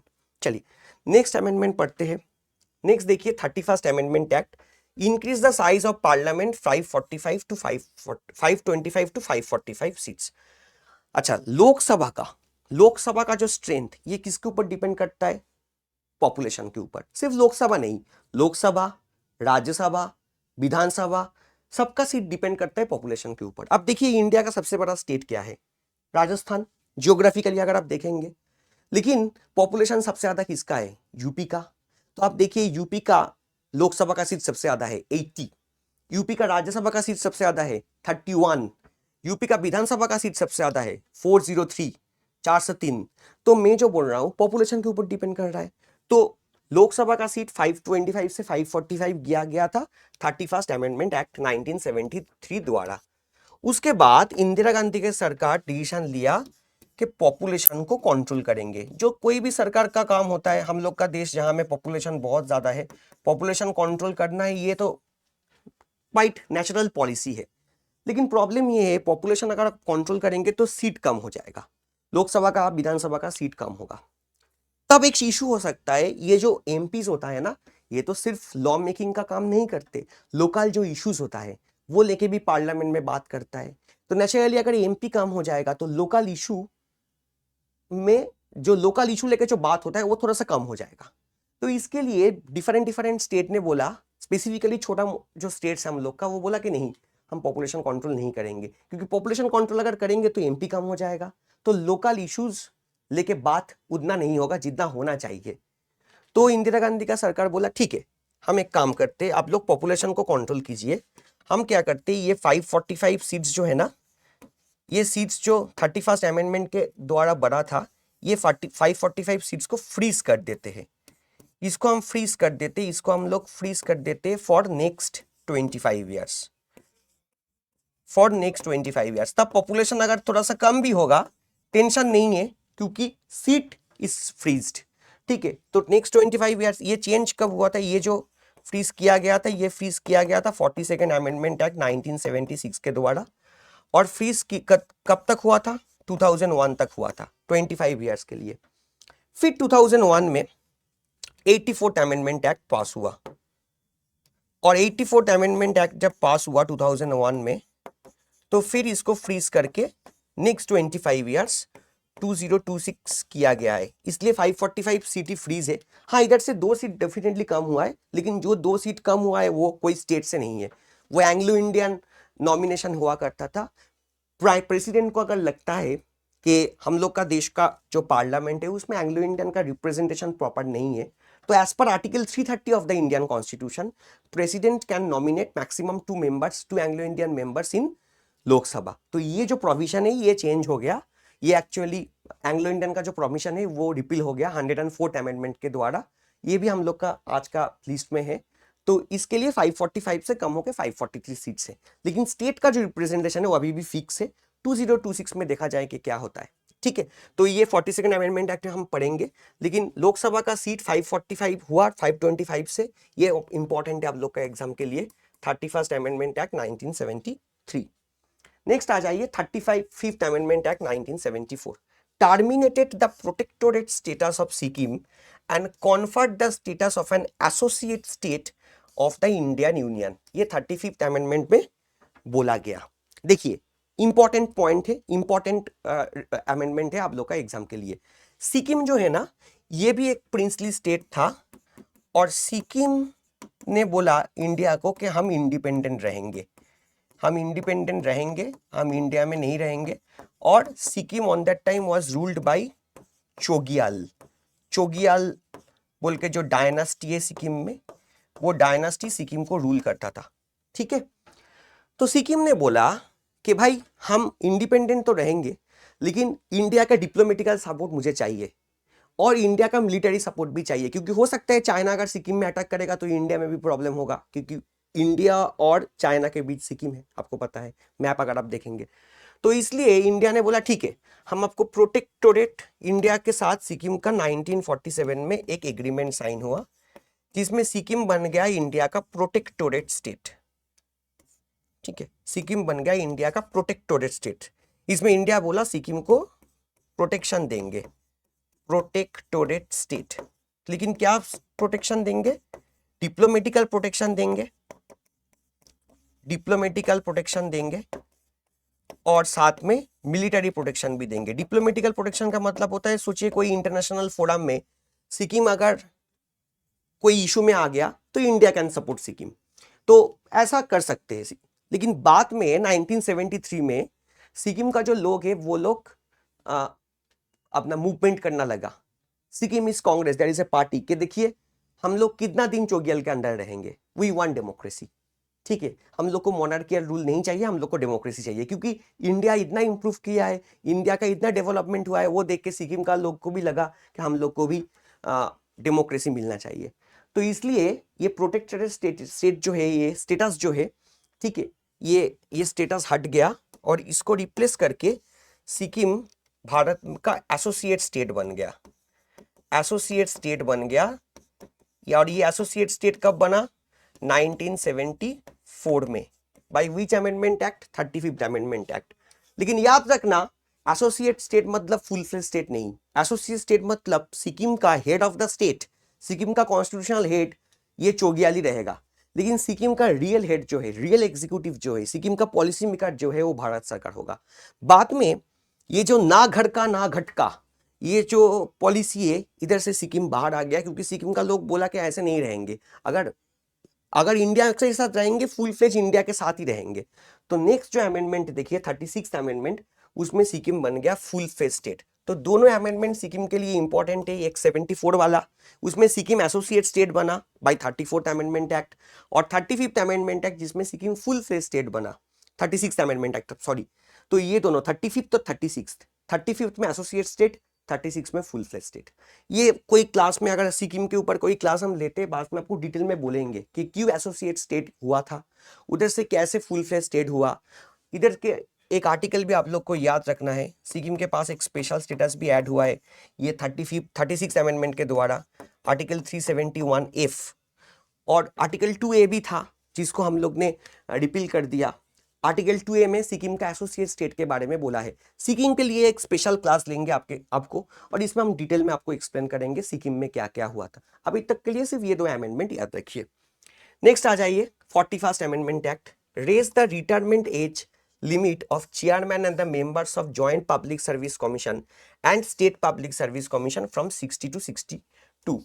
तो हम लोग का जो स्टेट पब्लिक सर्विस कमीशन है और जॉइंट पब्लिक सर्विस कमीशन, हम लोग का देश में हो सकता है 2 स्टेट मिलकर अगर कोई पब्लिक सर्विस कमीशन को चलाएंगे, जैसे 1966 में पंजाब और Haryana joint public service commission था। तो इन लोग का जो मेंबर्स का एज है, ये इनिशियली था 60, बढ़ के इसको रिटायरमेंट एज हो गया 62। तो हाई कोर्ट का है, हाई कोर्ट का भी इनिशियली था 60, बाद में 62 हुआ। कौन सा अमेंडमेंट है? 15th amendment. और स्टेट पब्लिक सर्विस कमीशन का इनिशियल एज कितना था? रिटायरमेंट एज 60, वो बढ़ के कितना हुआ? 62। कौन सा अमेंडमेंट? 41st amendment. नेक्स्ट चले जाइए 42nd अमेंडमेंट। इसमें इतना चेंजेस हुआ था, इतना चेंजेस हुआ था, इतना इंपॉर्टेंट आप लोग का एग्जाम के लिए ये अमेंडमेंट, इसलिए इसको मिनी कॉन्स्टिट्यूशन बोला जाता है। अब आपको पता होगा 25 जून 1975 हम लोग का देश में इमरजेंसी जारी किया प्रेसिडेंट फखरुद्दीन अली अहमद। ये बहुत फेमस है, इनफेमस भी आप बोल सकते हो, क्योंकि इसको इंदिरा गांधी को इमरजेंसी बोला जाता है। एनीवे, ये इमरजेंसी के टाइम में एक कमीशन फॉर्म हुआ जिसका नाम है शरण सिंह कमेटी। ये शरण सिंह कमेटी कांग्रेस का कमेटी था और ये कमेटी ने रिकमेंड किया कुछ, और ये रिकमेंडेशन के मुताबिक ये 42nd अमेंडमेंट एक्ट 1976 में इमरजेंसी के टाइम में पास हुआ। क्या क्या इंपॉर्टेंट चेंजेस है हम पढ़ेंगे, बहुत सारा चेंजेस है, इंपॉर्टेंट चेंजेस एग्जाम के लिए जो इंपॉर्टेंट है वो आपको नोट करना है। जैसे देखिए 3 वर्ड प्रीएम्बल में ऐड हुआ, सोशलिस्ट, सेकुलर, इंटीग्रिटी, बहुत इंपॉर्टेंट है। हम लोग का देश में प्रीएम्बल सिर्फ एक ही बार अमेंड हुआ है, वो हुआ है 42nd अमेंडमेंट एक्ट 1976 के द्वारा, जब 3 word socialist, secular and integrity added in the preamble. Next, fundamental duty part 4 added हुआ, जिसमें एक ही आर्टिकल है, मैंने ऑलरेडी आपको बोला है, आर्टिकल 51 है। रिमेंबर इनिशियली 10 फंडामेंटल ड्यूटी था, बाद में 86 अमेंडमेंट एक्ट के द्वारा और एक फंडामेंटल ड्यूटी, जिसमें पिता माता का बेसिक काम होता है बच्चे को एजुकेशन देना अप टू 14 ईयर्स। अगर parents will not able to give education due to the economical reasons, तब स्टेट फ्री में एजुकेशन देगा। तो ये 11th फंडामेंटल ड्यूटी ऐड हुआ है 86 अमेंडमेंट 2002 में, लेकिन इनिशियली 10 फंडामेंटल ड्यूटी, और फंडामेंटल ड्यूटी वाला जो पार्ट है पार्ट 4 है और आर्टिकल 51 है, उसमें एक ही आर्टिकल है, वो ऐड हुआ है 42nd अमेंडमेंट एक्ट के द्वारा। नेक्स्ट देखिए 4 new directive principle DPSP add हुआ है, जिसमें healthy development of children article 39 पर लास्ट में आता है, equal justice and free legal aid article 39 है, बहुत इंपॉर्टेंट। कभी कभी हम लोग को अरेस्ट कर लेते हैं ना पुलिस, लेकिन आपके पास पैसा नहीं है लॉयर हायर करने के लिए, किसी ना किसी को तो एडवोकेसी करना पड़ेगा आपके लिए। On that time state shall give us free legal aid, तो ये आर्टिकल 39 में है। इसके लिए हम लोग ने national legal service authority act 1987 भी बनाया है, जिसके मुताबिक नालसा बना है, नेशनल लीगल सर्विस अथॉरिटी, जो हम लोग को फ्री में लीगल सर्विस प्रोवाइड करता है। ठीक है, एनीवे ये सब तो डीपीएसपी का पार्ट है, लेकिन ये जो प्रोविजन है आर्टिकल 39 वाला, ये ऐड हुआ है आपका 42nd अमेंडमेंट के द्वारा। The participation of workers in the management of the industries article 43 है, जो जो वर्कर्स है, लेबर से, वो लोग को भी मैनेजमेंट में काम करने का राइट है, अगर वो लोग के पास वो स्किल है तो डेफिनेटली दे कैन। और protection of the environment, forest and wild life article 48A, ये भी टीपीएसपी ऐड हुआ है 42nd अमेंडमेंट के द्वारा। नेक्स्ट देखिए provided the administrative tribunal and tribunals for other matters added part 14A। देखिए हम लोग का ना 2 ट्राइब्यूनल है एडमिनिस्ट्रेटिव ट्राइब्यूनल, एक है CAT that is central administrative tribunal, और एक है SAT that is state administrative tribunal.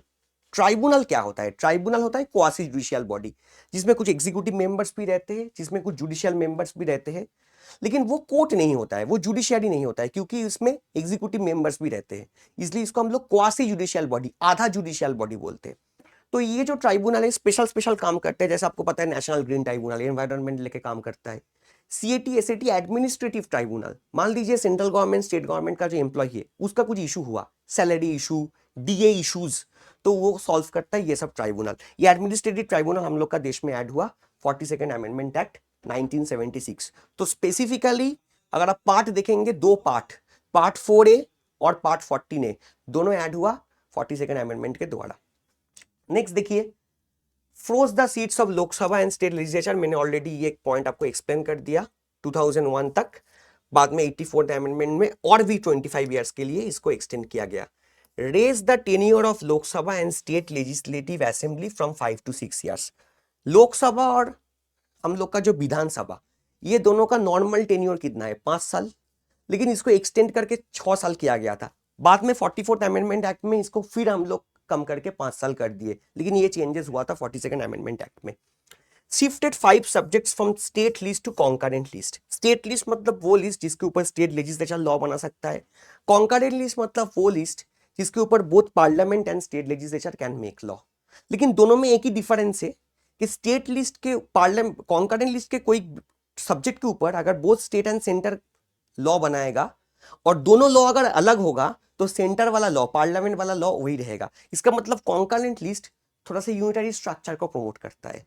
तो 5 सब्जेक्ट को अगर आप स्टेट लिस्ट से हटा के कॉन्करेंट लिस्ट में डाल देंगे तो ऑटोमेटिकली इसमें यूनिटरी प्रोविजन बाहर के निकल आ जाएगा। तो देखिए एक ऐसा सब्जेक्ट है जिसमें मोस्ट इंपॉर्टेंट है education, forest, protection of wild animals and birds, weights and measures, administration of justice, constitution and organization of all courts except the supreme court, high court. ऐसा 5 सब्जेक्ट जो पहले स्टेट के jurisdiction में रहते थे वो अभी आ गया कॉन्करेंट लिस्ट में। और कॉन्करेंट लिस्ट मतलब जिसमें पार्लियामेंट का एडवांटेज है, क्योंकि मैं अब अगेन बोल रहा हूं आपको, अगर कॉन्करेंट लिस्ट का कोई सब्जेक्ट के ऊपर both centre and state can make law, तो उसमें अलग लॉ अगर होगा तो सेंटर वाला लॉ ही रहेगा, सेंटर वाला लॉ स्टेट वाला लॉ के ऊपर ओवरराइड हो जाएगा। याद रखना important point. Did away with the requirement of the quorum in the parliament and state legislature। अच्छा, quorum के बारे में कौन सा आर्टिकल में बोला है? Article 100 clause 3।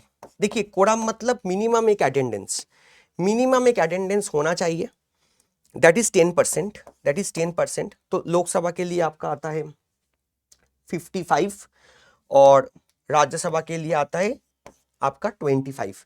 तो मिनिमम अटेंडेंस अगर नहीं होगा तो हम लोग पार्लियामेंट को, लोकसभा या राज्यसभा जो भी है, उसका प्रिजाइडिंग ऑफिसर जो होता है, लोकसभा का स्पीकर, राज्यसभा का चेयरमैन, पार्लियामेंट को क्या करता है, उसको एडजॉर्न कर देता है।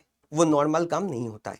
तो ये जो कोरम वाला इशू है ये बंद कर दिया गया था, बाद में फिर इसको रिस्टोर कर दिया गया 44th अमेंडमेंट एक्ट 1978 में, जो मोरारजी देसाई का सरकार आके किया था।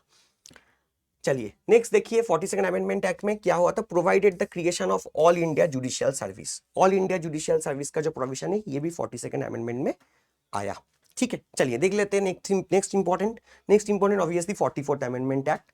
स्पेसिफिकली 42nd अमेंडमेंट एक्ट में जो बोल सकते हो आप अनकॉन्स्टिट्यूशनल काम हुआ था उसको थोड़ा सा रिस्टोर किया गया 44th अमेंडमेंट एक्ट के द्वारा। क्योंकि आपको पता है 77 में भारत में इलेक्शन हुआ, कांग्रेस पार्टी इलेक्शन हार गया, मोरारजी देसाई का सरकार बना, जनता गवर्नमेंट का सरकार बना और उन्होंने 78 में कुछ चेंजेस किया।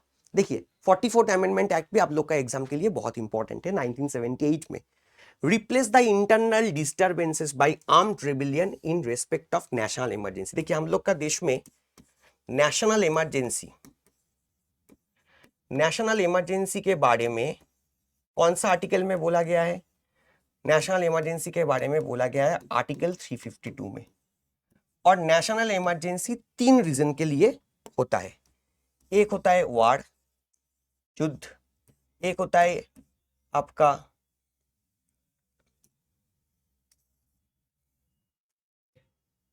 एक्सटर्नल एग्रेशन, बाहर का देश अगर इंडिया में अटैक करेगा, जैसे 1962 में नेफा में अटैक हुआ था, नॉर्थ ईस्ट फ्रंटियर एजेंसी जो अभी अरुणाचल प्रदेश है, इसके लिए देश में इमरजेंसी हुआ था। वार के लिए इमरजेंसी हुआ था 1971 में। और पहले था एक टर्म जिसको हम लोग बोलते थे इंटरनल डिस्टर्बेंसेस। लेकिन ये जो इंटरनल डिस्टर्बेंसेस टर्म है ना, ये बहुत वेग टर्म है। क्योंकि देखिए मान लीजिए आपका एरिया में कुछ बॉम्बिंग हुआ है, आपका एरिया में एक बॉम्बिंग हुआ है, तो आप भी तो इंडिया का ही एरिया है ना, आपका जो एरिया है, तो उसके लिए क्या पूरा देश में इमरजेंसी हो सकता है? Is it possible? Indira Gandhi के टाइम में क्या हुआ था, बिहार में संपूर्ण क्रांति जो मूवमेंट है जयप्रकाश नारायण का, वो चल रहा था, तो उसके लिए इमरजेंसी जारी किया गया था। एक्चुअली इमरजेंसी का रीजन कुछ और था, वो हम हमको बाद में बोलेंगे। Indira Gandhi was suspended from Lok Sabha. ठीक है, इलाहाबाद हाईकोर्ट का एक केस था Rajnarayan versus UP court of Allahabad court, Allahabad में जो हुआ था Rajnarayan versus state of UP, जिसमें इलाहाबाद कोर्ट ने बोला 1971 में इंदिरा गांधी इलेक्शन मैल प्रैक्टिस किया है, तो इसके लिए उसका सस्पेंशन हो गया। तो इसके लिए हुआ था जो भी है, लेकिन दिखा गया था कि बिहार का ये मूवमेंट के लिए हुआ है। जो भी है इंटरनल डिस्टर्बेंसेस, ये वर्ड बहुत वेग टर्म है क्योंकि इसको मिसयूज बहुत ज्यादा किया जा सकता है, इसलिए उसको रिप्लेस करके हम लोग ने, बाकी तो पॉइंट जैसा है वैसा है, लेकिन इसको चेंज करके आर्म्ड रेबेलियन कर दिया। और ये हम लोग ने किया 1978 में जाके। नेक्स्ट देखिए, made the president declare a national emergency only on the written recommendation of the cabinet. तो ये जो 75 वाला इमरजेंसी है, इसमें प्रेसिडेंट, हम लोग का वेस्ट बंगाल का जो chief minister Siddhartha Shankar Ray, Sanjay Gandhi was there and Indira Gandhi, ये 4 लोग मिलकर डिसीजन लिया। लेकिन अभी आपको देश में अगर नेशनल इमरजेंसी करना है तो नेचुरली आपको पता है प्रेसिडेंट इमरजेंसी प्रोक्लेम करता है, लेकिन उसके लिए कैबिनेट का रिटन रिकमेंडेशन चाहिए। तो 75 वाला इमरजेंसी में कैबिनेट का बहुत लोग को पता ही नहीं था कि देश में इमरजेंसी होने वाला है। लेकिन अभी अगर आपको करना है तो कैबिनेट का रिटन रिकमेंडेशन रहेगा, then only president can proclaim an emergency, जो पार्लियामेंट में, लोकसभा में, राज्यसभा में विद इन 1 मंथ उसको अप्रूव भी करना पड़ता है। पहले 2 मंथ हुआ करता था अप्रूवल ऑफ इमरजेंसी, वो कम करके 1 मंथ हुआ है नेशनल इमरजेंसी के लिए, वो भी 44th अमेंडमेंट एक्ट में हुआ है।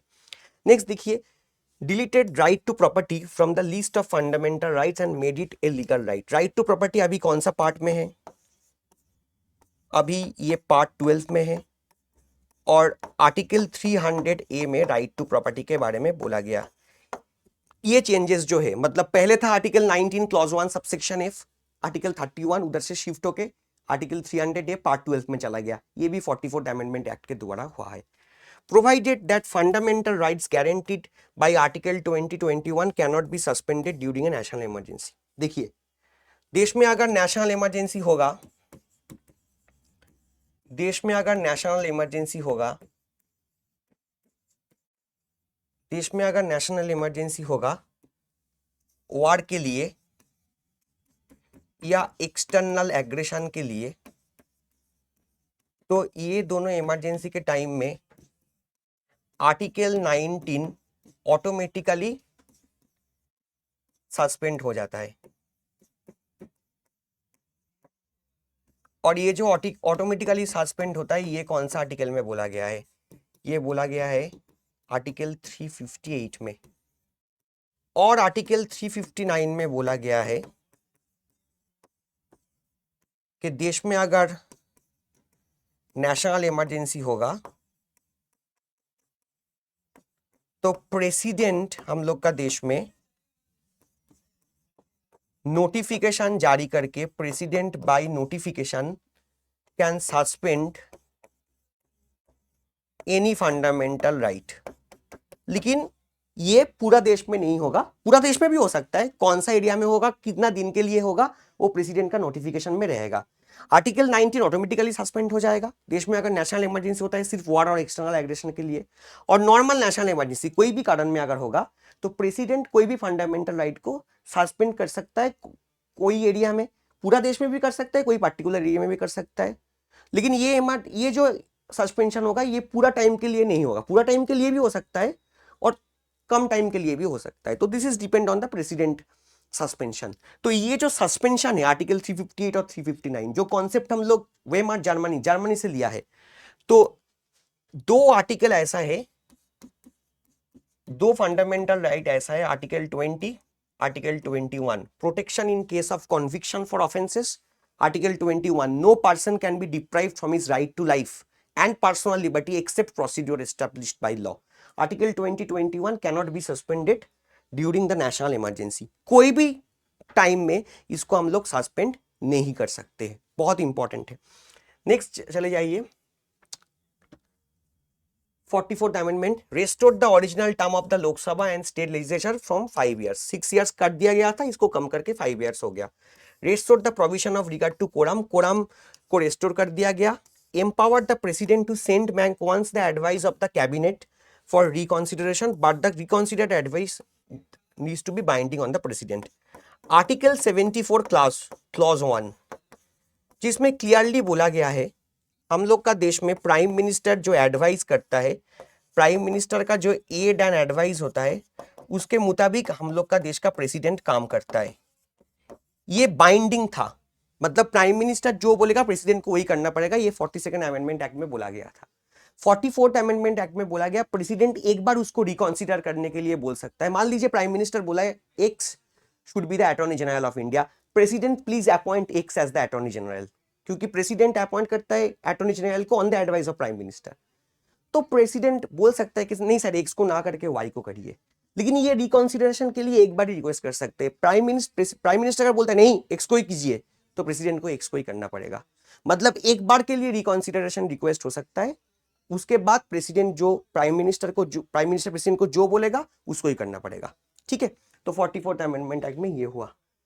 52nd amendment क्या हुआ? Provided the disqualification of members of parliament and state legislature on the ground of defection and added a new 10th schedule containing. तो हम लोग का पता है एंटी डिफेक्शन लॉस कुछ होता है, मतलब आपने अगर डिफेक्ट किया है, मान लीजिए एक पॉलिटिकल पार्टी से आप इलेक्ट होके आया है, लेकिन आप उसके बाद पार्लियामेंट में इलेक्ट होने के बाद या स्टेट लेजिस्लेचर में इलेक्ट होने के बाद आपने पॉलिटिकल पार्टी चेंज कर लिया, तो आपका जो क्वालिफिकेशन, आपका जो मेंबरशिप है वो कैंसिल किया जाएगा। इसको हम लोग एंटी डिफेक्शन डिस्क्वालिफिकेशन बोलते हैं। इसका और भी पैरामीटर होता है। ये 52nd अमेंडमेंट एक्ट में ऐड हुआ राजीव गांधी का सरकार के टाइम में। राजीव गांधी तब हम लोग का देश का प्राइम मिनिस्टर था 1985 में। और रिमेंबर, ये जो डिफेक्शन, ये एंटी डिफेक्शन डिस्क्वालिफिकेशन जो कर सकता है लोकसभा के लिए स्पीकर, राज्यसभा के लिए चेयरमैन, ये प्रेसिडेंट इलेक्शन कमीशन के साथ बात करके नहीं कर सकता है। बाकी टाइप का जो डिस्क्वालिफिकेशन होता है वो प्रेसिडेंट कर सकता है इलेक्शन कमीशन के साथ बात करके, तो ये थोड़ा सा अलग है। नेक्स्ट आ जाइए 58 amendment, provided for an authoritative text for constitution in Hindi language and give the same legal sanctity to the Hindi version of the constitution. जैसे इंग्लिश लैंग्वेज का इंपॉर्टेंस है हम लोग का देश में कॉन्स्टिट्यूशन का, तो हिंदी वाला कॉन्स्टिट्यूशन कोई ट्रांसलेटेड कॉन्स्टिट्यूशन नहीं है। जैसे बंगाली है, तेलुगु है, ये भी है, ये ट्रांसलेटेड है, लेकिन हिंदी वाला और इंग्लिश वाला का जो लीगल सैंटिटी है, जो लीगल इंपॉर्टेंस है, दोनों ही सेम है, दोनों ही ऑफिशियल है। क्योंकि हम लोग का देश में दो ऑफिशियल लैंग्वेजेस है, हिंदी और इंग्लिश, दो ऑफिशियल लैंग्वेज का भी कॉन्स्टिट्यूशन है, हिंदी और इंग्लिश। हिंदी को ऑफिशियल ऑथोरिटेटिव कॉन्स्टिट्यूशन माना गया 58 अमेंडमेंट एक्ट में। ठीक है, चलिए नेक्स्ट देख लीजिए 61st amendment act, reduce the voting age from 21 years to 18 years for the Lok Sabha and state legislative assembly elections 1989। Rajiv Gandhi का सरकार डिसीजन लिया कि हम लोग का जो वोटिंग एज है वो मिनिमम एज था पहले 21, उसको कम करके 18 कर देंगे। 18 ईयर्स में अगर कोई लड़की का शादी हो सकता है, 18 ईयर्स में अगर एक बच्चा जो जुवेनाइल है वो एडल्ट हो सकता है, उसका ट्रायल अगर नॉर्मल कोर्ट में हो सकता है जुवेनाइल बोर्ड्स के छोड़ के, तो 18 ईयर्स में एक पर्सन वोट भी दे सकता है। ये लॉजिक में इसको चेंज करके 21 से कम करके 18 किया गया by 61st amendment act 1989। Next आ जाइए 65th amendment act, provided the establishment of a multi member national commission for scheduled caste and scheduled tribes in the place of special officer for scheduled caste and scheduled tribe. देखिए, पहले national commission for SC/ST जो है ये नहीं था, ये special officer of SC/ST होता था जो SC/ST के लिए काम करता था, SC/ST का डेवलपमेंट के लिए काम करता था। लेकिन इसको कॉन्स्टिट्यूशनल स्टेटस मिला, नेशनल कमीशन फॉर SC/ST हुआ बाय 65th अमेंडमेंट एक्ट 1990। बाद में ये रिप्लेस करके इसको चेंज करके नेशनल कमीशन फॉर SC और ST अलग हो गया, और बाद में नेशनल कमीशन फॉर OBC भी हुआ है, हम लोग पढ़ लेंगे, आज ही पढ़ लेंगे। चलिए next 69th amendment, accorded a special status to the Union Territory of Delhi, granting as the national capital of Union Territory of Delhi. The amendment also provided for the creation of 70-member legislative assembly and 7-member council of ministers for Delhi. Delhi पहले क्या होता था? Union territory of Delhi, इधर से ये इसका एक special status मिला national capital territory of Delhi, जो 69 अमेंडमेंट एक्ट के द्वारा हुआ था। और दिल्ली में जो ये MLAs है और पौंडीचेरी में जो MLAs है उसको प्रेसिडेंट का इलेक्टोरल कॉलेज में ऐड किया गया, वो लोग भी प्रेसिडेंट का इलेक्शन में पार्टिसिपेट कर सकता है, वो इसका नेक्स्ट वाला अमेंडमेंट 70th अमेंडमेंट में बोला गया है। देख लीजिए, include the national capital territory of Delhi and union territory of Pondicherry in the electoral college for the president of election. आपको पता है ना, हम लोग का देश में 3 ऐसा यूनियन टेरिटोरी है जिसमें विधानसभा है, एक है दिल्ली NCT दिल्ली, सेकेंड है पौंडीचेरी पुडुचेरी, और अभी थर्ड जम्मू कश्मीर है। जम्मू कश्मीर का जो MLA है वो अभी तक स्टेट का MLA होके ही प्रेसिडेंट का इलेक्टोरल कॉलेज में आते हैं, बाद में शायद इन लोग को भी ऐड किया जाएगा अलग से एज ए यूनियन टेरिटोरी, लेकिन इसका अमेंडमेंट अभी तक नहीं हुआ है 54 आर्टिकल में। नेक्स्ट आ जाइए 71st में, जो मैंने ऑलरेडी आपको एक्सप्लेन कर दिया, कोंकणी, मणिपुरी और नेपाली को 8th शेड्यूल में ऐड किया गया है। नेक्स्ट आ जाइए 73rd, granted constitutional status and protection to the Panchayati Raj institution, also added a new part 9 entitled as the Panchayat and a new 11th schedule containing 29 functional items of the Panchayat। देखिए, पंचायत बनाना है, ये article 40 में पहले से ही था कि state को पंचायत बनाना है, राष्ट्र को पंचायत बनाना है, DPSP में था। इसके बाद बहुत सारा कमीशन आया, लेकिन पंचायत को हम लोग ने कॉन्स्टिट्यूशनल स्टेटस नहीं दिया था, क्योंकि ये थोड़ा सा प्रॉब्लम भी था, क्योंकि पंचायत एकदम लोकल लेवल में होता है ना, तो लोकल लेवल में लॉ बनाना थोड़ा सा चैलेंजिंग है। LM सिंघवी कमेटी 1986 में राजीव गांधी की सरकार के टाइम में बना था, वो बहुत ज्यादा इन्फोर्स मतलब जोर दिया था कि कॉन्स्टिट्यूशनल स्टेटस पंचायत को देना है। उसके पहले बलवंत राय मेहता कमेटी ने भी बोला था ये चीज, वो 1957 का मैं बात कर रहा हूँ। फाइनली पीवी नरसिम्हा राव के सरकार के टाइम में 73rd अमेंडमेंट एक्ट पास हुआ और कॉन्स्टिट्यूशन को पंचायत को कॉन्स्टिट्यूशन स्टेटस मिला, ठीक है। और 74th वाला अमेंडमेंट एक्ट में आपका म्यूनिसिपैलिटी जो है उसको कॉन्स्टिट्यूशन स्टेटस मिला। और याद रखना 73rd अमेंडमेंट के द्वारा एक शेड्यूल भी ऐड किया गया, आपका शेड्यूल 8 शेड्यूल, जिसमें 29 फंक्शन है पार्लियामेंट कॉन्स्टिट्यूशन का, सॉरी पंचायत का rules and responsibility 29 items 73rd amendment act में ऐड हुआ। आपका 11 शेड्यूल और म्यूनिसिपैलिटी का रूल्स एंड रिस्पॉन्सिबिलिटी ये 12 शेड्यूल है जो ऐड हुआ 74th अमेंडमेंट एक्ट के द्वारा। इसमें total 18 functional items, 29 functional items panchayat में, 18 फंक्शनल आइटम्स म्यूनिसिपैलिटी में, ठीक है। चलिए next important amendment 84th amendment act extended the ban of readjustment of the seat in the Lok Sabha and State Legislative Assembly for another 25 years up to 2026 with the same objective of encouraging population limiting measures.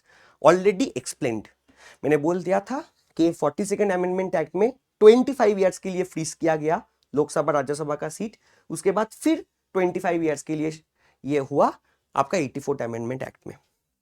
Next आ जाइए 86 amendment act, मैंने बोल दिया एक fundamental rights article 21 ए add हुआ, right to education. पहले ये article 45 में था लेकिन उसके बाद इसको आर्टिकल 21 में शिफ्ट किया गया क्योंकि आर्टिकल 45 से DPSP directive principle of state policy, तो इसलिए उसको ऐड किया गया 21 में क्योंकि this is something which is mandatory for the state up to 14 years of education.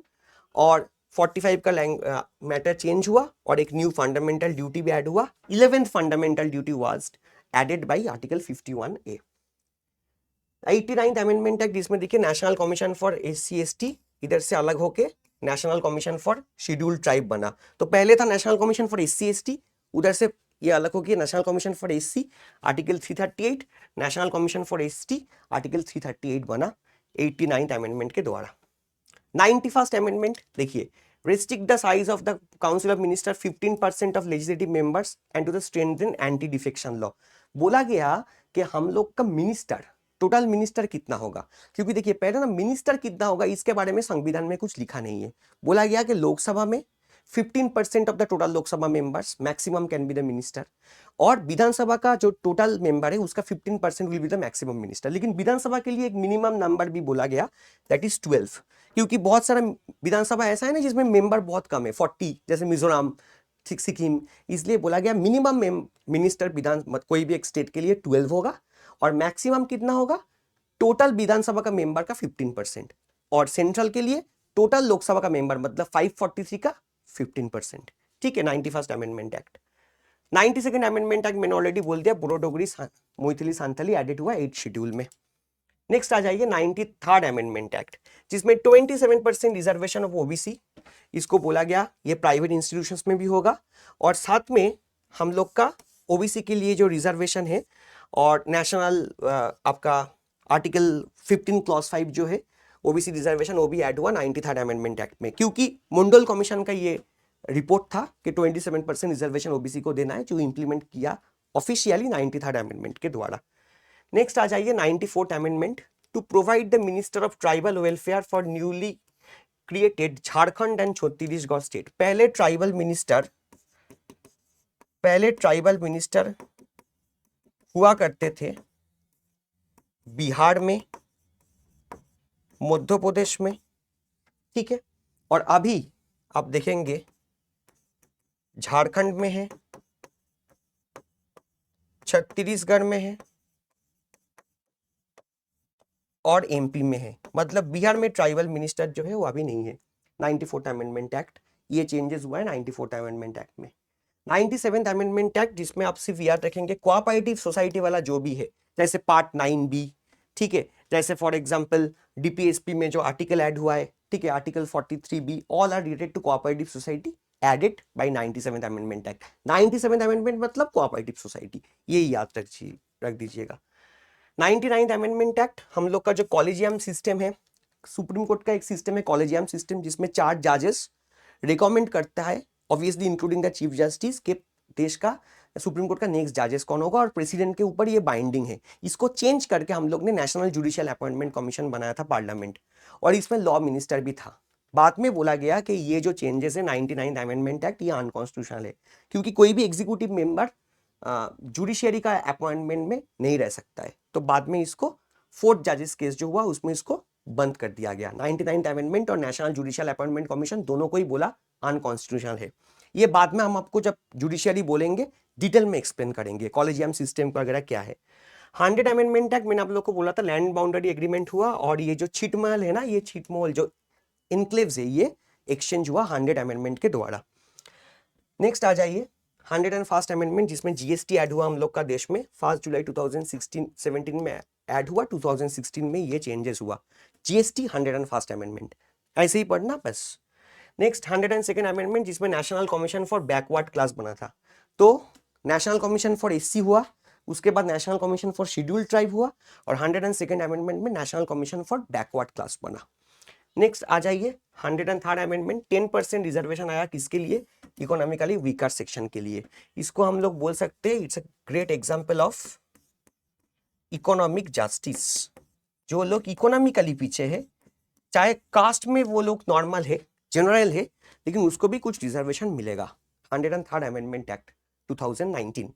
104th amendment, हम लोग का देश में एंग्लो इंडियन का पहले 2 मेंबर, आर्टिकल 330, जिसमें लोकसभा में 2 मेंबर को, सॉरी 331 होगा, 330 तो एससी एसटी का रिजर्वेशन है, 331 और आर्टिकल आपका 330 में एससी एसटी का रिजर्वेशन है, 331 में एंग्लो इंडियन का रिजर्वेशन है। ये पहले था हम लोग का देश में, अभी ये नहीं है, इसको हटाया गया 104th अमेंडमेंट के द्वारा। नेक्स्ट आ जाइए 106th amendment, this is last amendment, जिसमें बोला गया कि लड़की लोग के लिए, ठीक है, वोमेन रिजर्वेशन होगा। वोमेन रिजर्वेशन पहले ही पंचायत में है, आर्टिकल 243D में जो ऐड किया गया है बाई 73rd अमेंडमेंट एक्ट। लेकिन इसके बाद फिर वोमेन रिजर्वेशन ऐड हुआ है, कहाँ, लोकसभा में, 28 स्टेट का विधानसभा में, और हम लोग का जो दिल्ली का विधानसभा उसमें, ठीक है। तो इसमें नया आर्टिकल ऐड हुआ, आर्टिकल 330A, ये लोकसभा में वोमेन रिजर्वेशन, और आर्टिकल 332A जो विधानसभा में वोमेन रिजर्वेशन, ठीक है। तो ये ऐड हुआ 106 अमेंडमेंट। अभी तक ये एनफोर्स नहीं हुआ, ये शायद एनफोर्स होगा, आप सेंसस होगा, डिलिमिटेशन कमीशन होगा, उसके बाद ये एनफोर्स होगा, लेकिन लॉ आ गया 2023 में सितंबर का जो स्पेशल सेशन हुआ था, जिसमें 106 अमेंडमेंट एक्ट पास हुआ। तो ये है आपका इंपॉर्टेंट अमेंडमेंट, ठीक है। तो कुछ PYQs मैंने लिया है, जस्ट देख लीजिए एक सेकंड के लिए। 61st अमेंडमेंट एक्ट में क्या हुआ था, reduce the voting age from 21 to 18 years. आप पॉज करके पहले खुद आंसर देंगे और उसके बाद मेरा आंसर से चेक कर लीजिएगा। नेक्स्ट और एक क्वेश्चन मैंने रखा है, Which of the following amendment act of the Constitution of India abolished the privy purses? Privy purses abolish हुआ था, ऑप्शन बी 26 अमेंडमेंट एक्ट 1971। दोनों ही प्रीवियस ईयर क्वेश्चन एसएससी का, ऐसे बहुत क्वेश्चन आता है। तो ये वीडियो आप देख लीजिए, नोट डाउन कर लीजिए और आंसर दे दीजिएगा, ठीक है। तो थैंक यू एवरीवन, आशा करते ही ये क्लास आपको अच्छा लगा है। मुझे कमेंट सेक्शन में ज़रूर बोलना क्लास कैसा हुआ है, और कुछ एक्सप्लेनेशन मैंने शायद उतना ज़्यादा नहीं किया है, क्योंकि ये यूट्यूब का सेशन है। डेफिनेटली हम लोग का जो अलग सा स्पेशल सेशन होगा उसमें हम लोग और डिटेल में इसको एक्सप्लेन करेंगे। छोटा चीज़ जो मैंने स्किप कर गया टाइम के वजह से, उसको हम डिटेल में बोलेंगे। आशा करते हैं आपको अच्छा लगा है, मुझे बोल दीजिएगा। और डेफिनेटली ये सब क्वेश्चन सॉल्व कीजिए, PYQs जो इंपॉर्टेंट अमेंडमेंट है मैंने ऑलरेडी ये क्लास में कर दिया, नोट डाउन कर लीजिएगा। Thank you so much and thank you for your time.